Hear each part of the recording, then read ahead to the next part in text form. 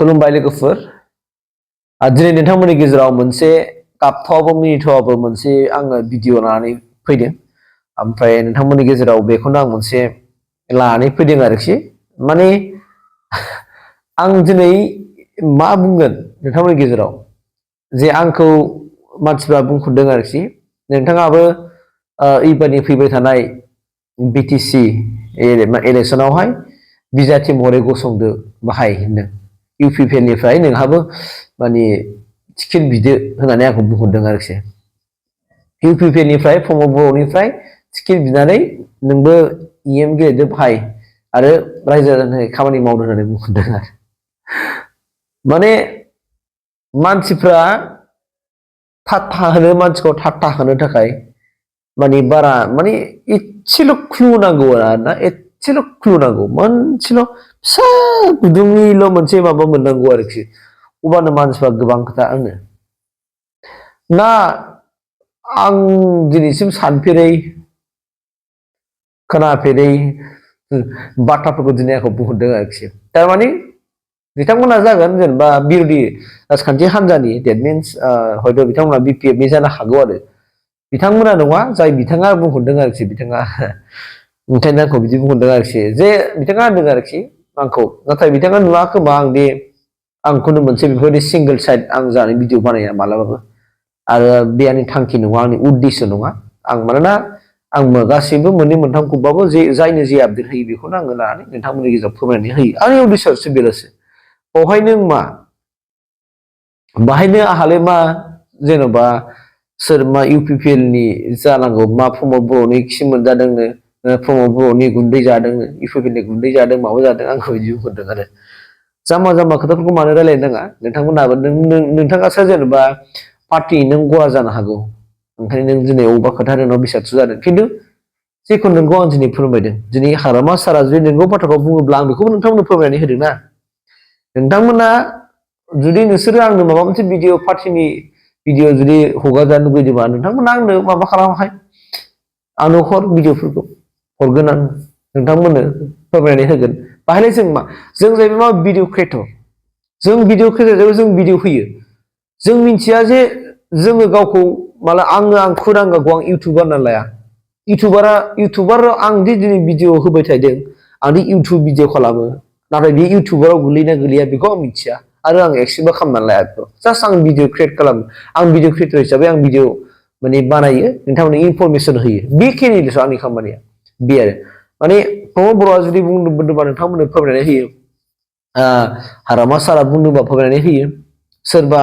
बर'नि दैदेनगिरि सारमोनहा माबा मोनसे फोरमायदोंबा बेखौ आं नोंथांमोननो फोरमायनानै होयो आंनि उद्देश्यआ बेल'सो माने गुवार लेभेलाव माब्रैबा मिथिहोनो हायो आंनि भिडिअ माने बानायनायनि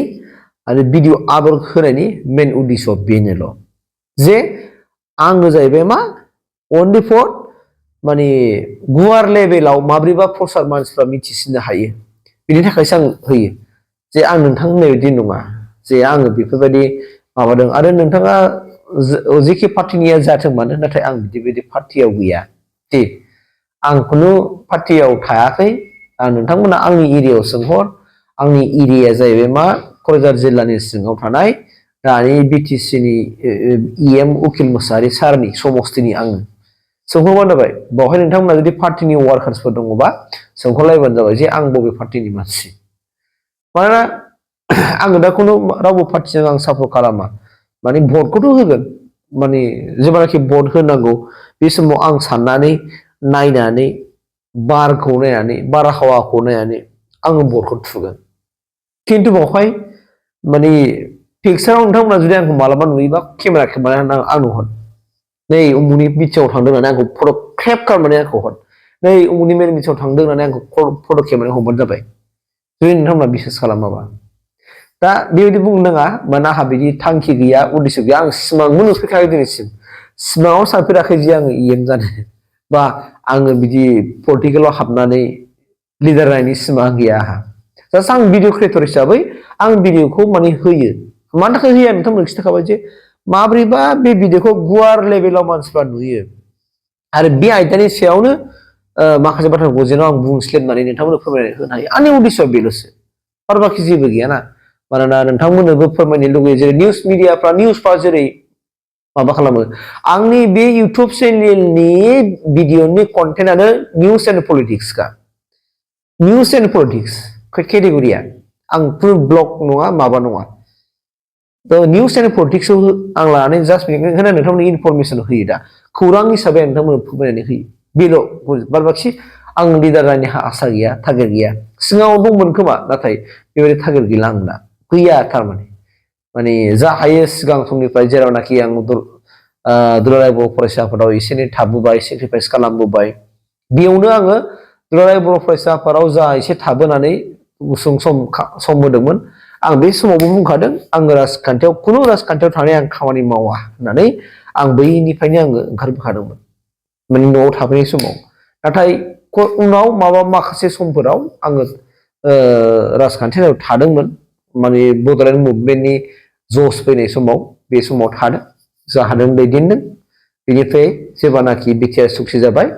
बिटिआर सुक्ति जानायनि उननिफ्राय आङो एबारसिम गैलाबो आरोखि आं माने थाला बे आरोखि मानोना आङो राजखान्थिखौ बारा मोजां मोना नालाय खिन्थु सापर्टखौ खालामो सोरखौ माबायदि बा माबायदि सापर्ट खालामनांगौ बेखौ गोसो गोरबोजों बिबेकजों साननानै नायनानै आंबो भटखौ होयो आरोखि बेल' आंनि मोन्दांथिफ्रा बाखि जेबो नङा बेखिनियानो आरोखि नोंथाङा जे बुंहरदों आंखौ इलेक्सन दारायदो नेक्स्ट माबायावहाय नो नेभार बे आरोखि